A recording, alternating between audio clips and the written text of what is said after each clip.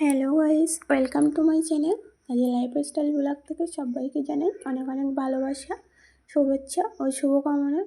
তো বন্ধুরা, আজ আমি নিয়ে এসেছি গরুর মাংসের পকোড়া রেসিপি। তো এই পকোড়া এত মুচমুচে টেস্টি কীভাবে হয় আজ তোমাদের সাথে শেয়ার করব। খুব সুন্দর একটা রেসিপি, খেতেও কিন্তু অসাধারণ লাগে। কিন্তু গরুর মাংস একটু শক্ত হয়, কিভাবে নরম ও টেস্টি পকোড়া বানাবে আজ তোমাদের সাথে আমি শেয়ার করব। এর জন্য নিতে হবে গরুর মাংস, আর গরুর মাংসটা কিন্তু আমি সিটি দিয়ে নিয়েছি, 4-5টা সিটি দিয়ে নিয়েছি, যাতে গরুর মাংসটা কিন্তু হেভি নরম ও সফট হয়। তার জন্য আমি সিটি দিয়ে নিয়েছি। নিয়ে কিন্তু গরুর মাংসটা কুচিয়ে নিতে হবে। তোমরা শিলপাটায়ও নিতে পারো বা হাতের সাহায্যে বা চাকুর সাহায্যেও তোমরা এটা কুচিয়ে নিতে পারো। সুন্দরভাবে কুচিয়ে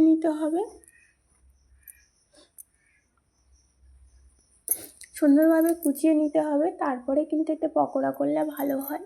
একটু বড় বড় সাইজের থাকলেও হয়, তোমরা যেমন খুশি তেমনভাবে মাংসর এটা নিতে পারো, শেপটা করে নিতে পারো। আমি কিন্তু গরুর মাংসটা সুন্দরভাবে কুচিয়ে নিয়েছি। আজ পুরো ভিডিও তোমাদের সাথে শেয়ার করব। তো খুব ভালো লাগবে এই রেসিপিটা, তোমরাও একবার ট্রাই করে দেখো এভাবে। খুব সুন্দরভাবে এই একটা সুন্দর পকোড়া। আর বৃষ্টির দিনে কার না মন চায় তেলে ভাজা খেতে। তো আমরা নানা রকম তেলে ভাজা বানিয়ে থাকি। তো এই গরুর মাংসের পকোড়া দেখো, আমি মাংসগুলোকে কিন্তু এই সুন্দরভাবে এরকম ছাড়িয়ে নিয়েছি ছোট ছোট করে। আমি কিন্তু বটির সাহায্যে এটা করে নিয়েছি, কেটে কেটে নিয়েছি। তোমরা এই শেপটা যেমন খুশি নিতে পারো। দেখতেই পাচ্ছ মাংসটা কত সুন্দর নরম ও সফট হয়েছে।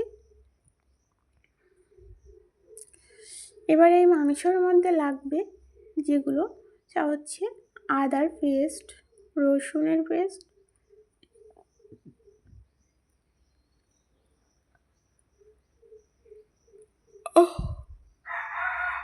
আর লাগবে পেঁয়াজ কুচানো। কিন্তু একটু ছোট করে কেটে নিয়েছি, যাতে এগুলো বেশি বোঝা না যায়। বেশি বড় করে লম্বা করে কেটে নিলে এটা পেঁয়াজির মতো এদিক ওদিক ছড়িয়ে থাকলে বেশি পুড়ে আসে সেগুলো। ওই জন্য পেঁয়াজগুলো আমি একটু আড়ে কেটে ছোট সাইজ করে নিয়েছি। এবার লাগবে এর মধ্যে কাঁচা লঙ্কা কুচানো। লঙ্কাটা কিন্তু যে যার স্বাদ মতো দিয়ে নেবে। আর পেঁয়াজ একটু বেশি দিলে এই পকোড়াটা কিন্তু আরও টেস্টি হয়। আর চাইলে তোমরা ধনিয়া পাতা, পুদিনা পাতা দিতেই পারো, কিন্তু আমার হাতের কাছে নেই, তাই আমি দিতে পারলাম না। এবার একটু দিয়ে নেব লেবুর রস।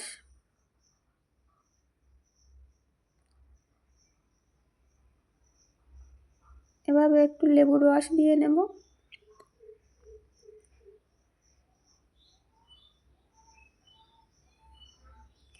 একটু লাগছে মরিচ গুঁড়া, লবণ, মরিচ গুঁড়া, জিরে গুঁড়া। সব মশলাগুলো কিন্তু আমি উপর থেকে দিয়ে নেব।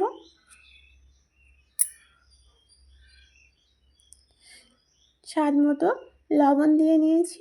এবার দেব মরিচ গুঁড়া, জিরে গুঁড়া, লঙ্কা গুঁড়া, হলুদ গুঁড়া। এগুলো সব প্রয়োজন মতো দিয়ে নিতে হবে উপর থেকে। আর এই পকোড়া বানাতে গেলে কিন্তু এটা যত সুন্দরভাবে মাখিয়ে একটু রেস্টে রাখবে তত সুন্দর হবে পকোড়াটা। মাখিয়ে সঙ্গে সঙ্গে করলে কিন্তু অত একটা ভালো হয় না। তো একটু মাখিয়ে কিছুক্ষণের জন্য রেস্টে রাখা দরকার।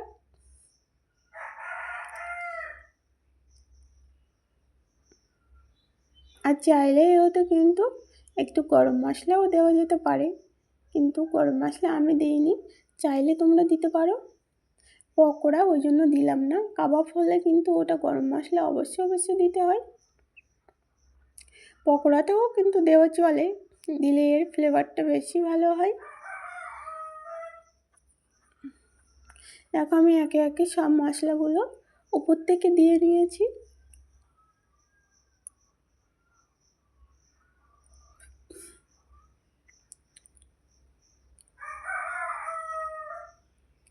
এবার এটা ভালোভাবে মাখিয়ে নিতে হবে, বেসন দিতে হবে।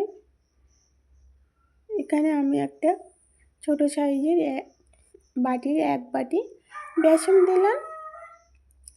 বেসন দেওয়ার পর এটা কিন্তু আবার মসুরের ডাল ভিজিয়ে রেখে বেটে দিলে কিন্তু আরও টেস্টি হয়। তো এবার ভালোভাবে মাখিয়ে নেব। একটু জলের প্রয়োজন হলে কিন্তু একটু জলও দেওয়া যেতে পারে। দিয়ে ভালোভাবে এটা মাখিয়ে নিতে হবে। বেশি জল দেওয়া যাবে না, একটু আঠালো আঠালো করতে হবে। অল্প পরিমাণে জল দিয়ে নিয়ে এটা সুন্দর করে মাখিয়ে নিতে হবে।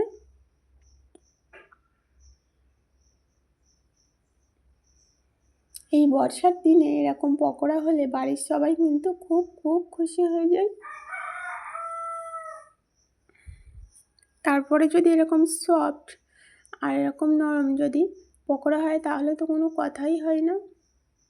আর সঙ্গে যদি থাকে একটু চিলি সস, টমেটো সস, তাহলে তো জমেই যাবে বৃষ্টির সময়। তবে এটা ভালোভাবে মাখাতে হবে, কিন্তু ভালোভাবে মাখিয়ে নেব। খুব সুন্দর করে একটু সময় ধরে মাখিয়ে নিলে সব মশলাগুলো কিন্তু সব মাংসের সঙ্গে ভালোভাবে মিশে যাবে। দেখতেই পাচ্ছ এরকম সুন্দর করে মাখিয়ে নিয়েছি।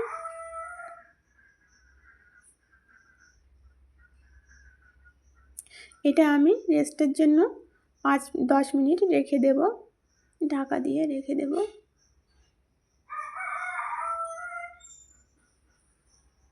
তারপর চলে এসছে এবার আমার ভাজার পালা। পকোড়াগুলো ভেজে নেব। আর পকোড়া ভাজার সময় তেলটা কিন্তু বেশি হিট করা যাবে না, নর্মাল করে তারপরে কিন্তু দিতে হবে। তাহলে আর নর্মাল ফ্লেমে পকোড়াটা ভাজতে হবে। বেশি হাই ফ্লেমে দিলে কিন্তু এটা পুড়ে আসে, ভিতরটা কাঁচা থেকে যায়। তো নর্মাল ফ্লেমেই কিন্তু ভাজতে হবে। আর বন্ধুরা, ভাজার কড়া সবসময় যদি আলাদা রাখা হয় তাহলে কিন্তু অনেক সময় দেখা যায় যে কড়াতেই আমরা রান্না করি সেই কড়াই যদি আমরা ভাজার জন্য ব্যবহার করি তাহলে অনেক সময় পুড়ে তেলের দাগও হতে পারে বা অনেক সময় তলা লেগে যেতেও পারে কড়াই। তাই ভাজার কড়া সবসময় আলাদা থাকলে সুবিধা হয় ভাজাভুজি করার। এরকম ছোট ছোট করে আমি এবার দিয়ে দেব কড়াইতে। আর গ্যাস কিন্তু লো ফ্লেমে রেখেছি, বেশি হাই ফ্লেমে দেওয়া যাবে না। লো ফ্লেমে রেখে কিন্তু ভালোভাবে ভেজে নেব, না হলে ভিতরটা কিন্তু কাঁচা থেকে যাবে। হাই ফ্লেমে দিলে আর বাইরেটা পুড়ে যাবে। ওই জন্য আমি লো ফ্লেমে দিয়ে সব পকোড়াগুলো একটা একটা করে দিয়ে নেব, নিয়ে একটু উল্টে পাল্টে ভেজে নেব।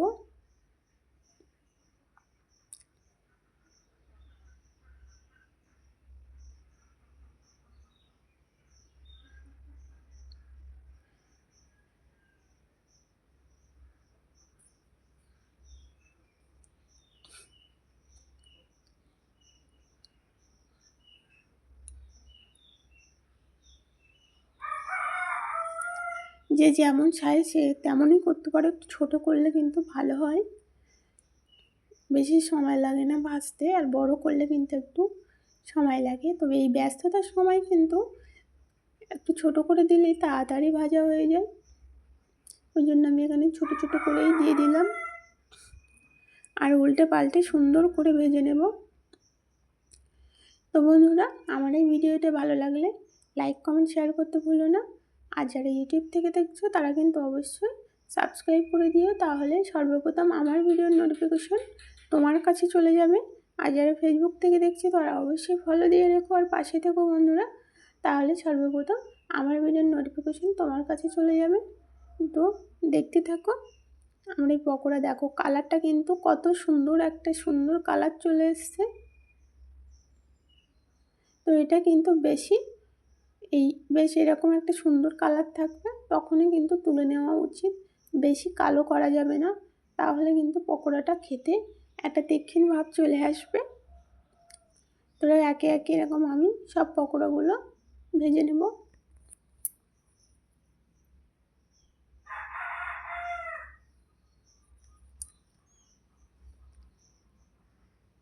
আর এরকম ছোটো কড়াইতে ভাজলে কিন্তু অল্প তেলের মধ্যে সুন্দর করে ভাজা যায়।